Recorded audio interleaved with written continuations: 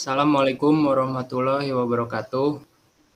Kami dari kelompok 10 yang beranggotakan Muhammad Khair, saya sebagai moderator, dan Agung Dwi Saputra sebagai pemateri 1, Muhanif sebagai pemateri 2, Selvi Debianita sebagai pemateri 3, dan Akmal Fauzan sebagai pemateri 4 ingin mempresentasikan materi tentang Pancasila sebagai sumber hukum negara.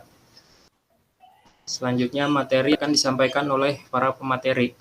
Silakan materi 1. Pancasila menjadi sumber utama dalam tatanan hukum. Walaupun terdapat begitu banyak sumber hukum, maka sumber hukum tersebut haruslah sesuai dengan Pancasila. Di dalam perkembangannya, keberadaan Pancasila sebagai sumber segala sumber hukum ditentukan oleh setiap rezim yang berkuasa. Ketika rezim Orde Baru berkuasa, Pancasila menjadi dogmatis karena dikultuskan dengan menerapkan Pancasila dan Undang-Undang Dasar 1945 secara murni dan konsekuen. Pada ruang dan waktu tersebut, Pancasila tidak hanya sebatas sebagai sumber dari segala sumber hukum dalam tatanan hukum nasional, tetapi sekaligus sebagai pemberi legitimasi yang sahih bagi kekuasaan otoriter Orba. Selanjutnya silakan materi 2. Pada masa reformasi, keberadaan Pancasila sebagai sumber dari segala sumber hukum masih memperoleh rumah hukum melalui TAP MPR nomor 3 tahun 2000 tentang sumber hukum dan tata urutan peraturan perundang-undangan.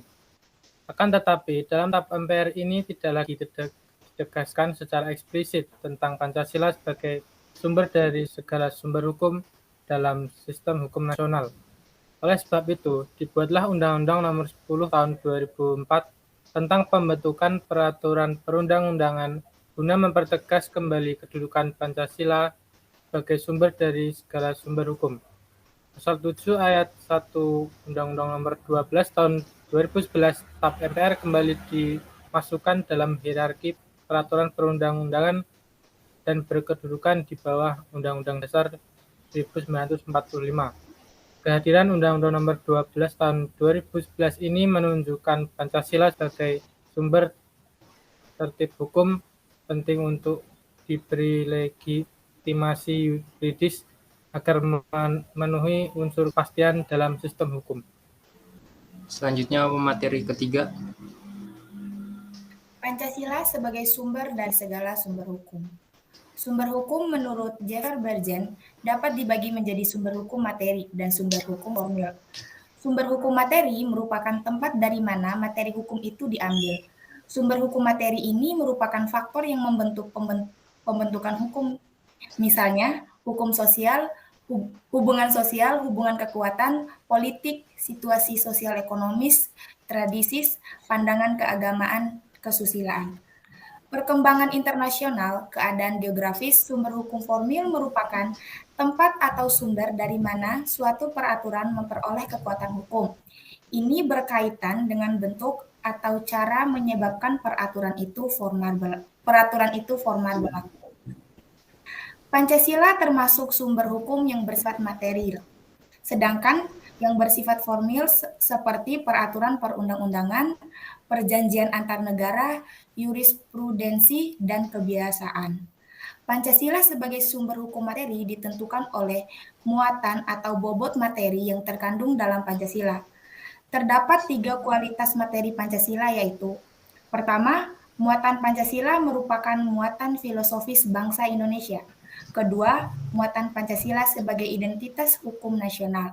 Ketiga, Pancasila tidak menentukan perintah, larangan, dan sanksi, melainkan hanya menentukan asas-asas fundamental bagi pembentuk hukum mental juris. Selanjutnya pemateri keempat.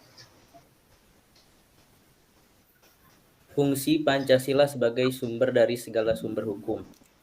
Fungsi Pancasila sebagai sumber segala sumber hukum mengandung arti bahwa Pancasila berkedudukan sebagai 1. Ideologi hukum Indonesia, 2. Kumpulan nilai-nilai yang harus berada di belakang keseluruhan hukum Indonesia, 3. Asas-asas yang harus diikuti sebagai petunjuk dalam mengadakan pilihan hukum di Indonesia, 4. Sebagai suatu pernyataan dan nilai kejiwaan dan keinginan bangsa juga dalam hukumnya.